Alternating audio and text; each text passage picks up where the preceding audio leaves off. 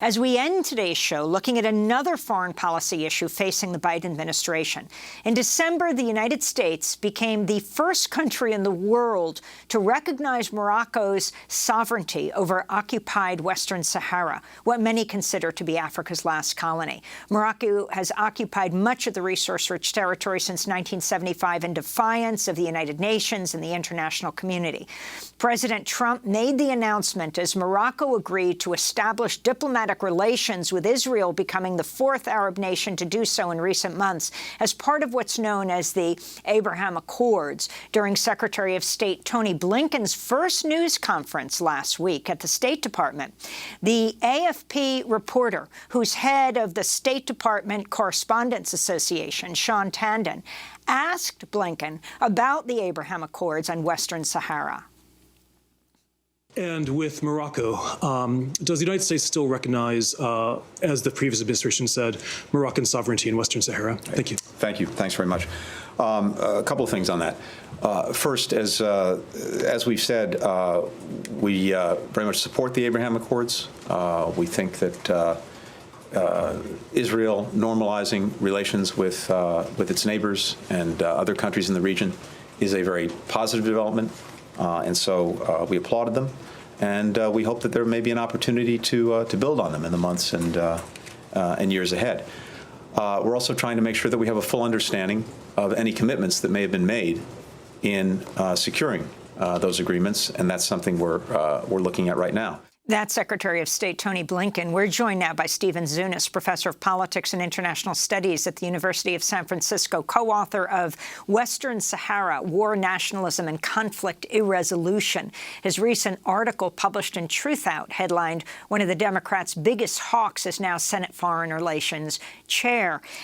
So it's clear the Biden administration has not yet made up their mind about whether to draw back from what Trump did, this unprecedented move of recognizing Morocco's sovereignty over Western Sahara in exchange for Morocco recognizing Israel.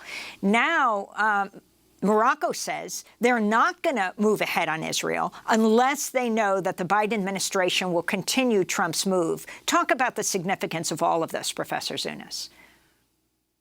It'll be very dangerous if Biden does not reverse Trump's unprecedented recognition of Morocco's takeover of Western Sahara. I mean, the United Nations Charter is very clear that the expansion of territory by military force is illegitimate. And Trump already made the dangerous precedent in terms of recognizing Israel's annexation of the Golan Heights of Syria. However, the support taking over an entire country brings it to a new level, especially since Western Sahara is recognized by the African Union as a full member state. Over 80 countries have recognized the independent Sahrawi Arab Democratic Republic. So essentially what Trump was doing was to endorse the takeover of one recognized African country by another. And the failure to reverse this would signal that the Biden administration shares the Trump administration's contempt for fundamental international law. There's been a lot of pressure on Biden from both directions. In the Senate, you have everybody from a leading liberal like Senator Patrick Leahy of Vermont to a very right-wing Senator Jim Inhofe of Oklahoma, saying this is dangerous. It needs to be reversed. At the same time, because Trump tied it with Israel, he's been getting a fair amount of pressure to say, hey, you say you support the Abraham Accords, you say you support Morocco's recognition of Israel, you're putting this in jeopardy if you reverse this kind of recognition. So we're at a very critical point right now, and the fact that he hasn't made an announcement yet seems to indicate that it could go either direction. It's interesting that though he's spoken to a number of world leaders from Japan to Mexico to Canada to Russia, he has not spoken to the Israeli Prime Minister Netanyahu yet. Well, it was pretty clear that Netanyahu favored Trump, and that the Israeli government has been pursuing policies that the Biden administration has not supported. At the same time, Biden has reiterated that the United States will continue to send billions of dollars of unconditional taxpayer-funded military aid to Israel, regardless of their violations of international legal norms.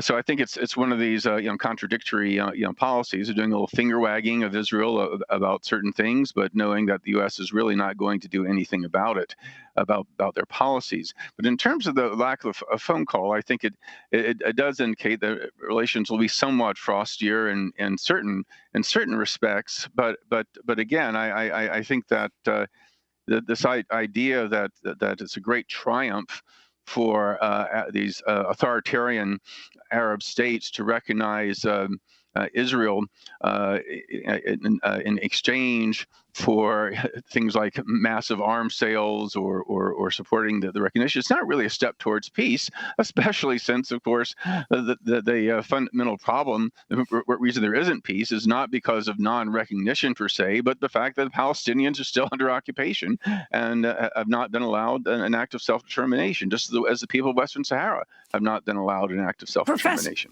Professor Zunes, in the last minute we have, you've written about the new Secretary of State, Tony Blinken's record. Can you share a moment of it with us?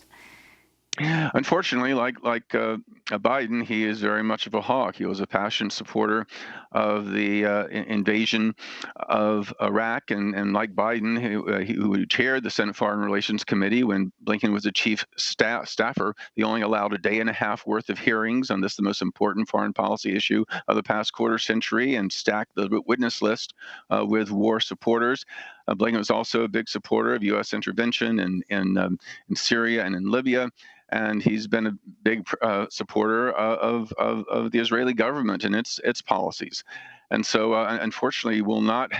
Sometimes the State Department has been a moderating force of more hawkish presidents, as has the head of the Senate Foreign Relations Committee. Both Menendez and Foreign Relations and Blinken, Secretary of State, are, if anything, to the right of Biden. So I think that leaves us in the grassroots to challenge the administration policy to make sure it doesn't get us into trouble in terms of impetuous interventionist policies and supporting dictatorships and occupying armies. Stephen Zunes, I want to thank you for being with us, Professor of Politics and International Studies at the University of San Francisco, co-author of Western Sahara, War, Nationalism, and Conflict Irresolution. To see our documentary on Western Sahara, go to democracynow.org. That does it for our broadcast. Democracy Now! Produced with Mike Burke, Renee Feltz, Dina Guzder, Libby Rainey, Nermeen Sheikh, Maria Tarasena, Carla Wills, Tammy Aronoff, Shireen Andura, Sam Alcoff, Tamer Studio, John Hamilton, Robbie Karen, Hani Masood, Adriana Contreras. Special thanks to Julie Crosby. I'm Amy Goodman.